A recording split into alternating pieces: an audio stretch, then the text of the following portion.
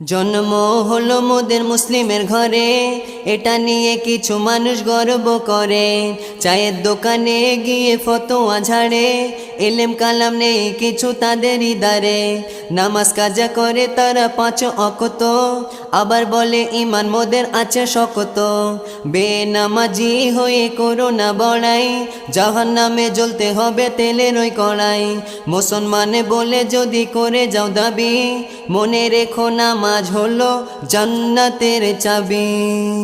নামাজ পড়ো মুমিন মুসলমান তুমি, নামাজ হলো জান্নাতের চাবি। নামাজ পড়ো মুমিন মুসলমান তুমি, নামাজ হলো জান্নাতের চাবি। আরশ পাকে খোদার দিদারের পরে, নামাজ এনেছে মোহিতে নাবি। নামাজ পড়ো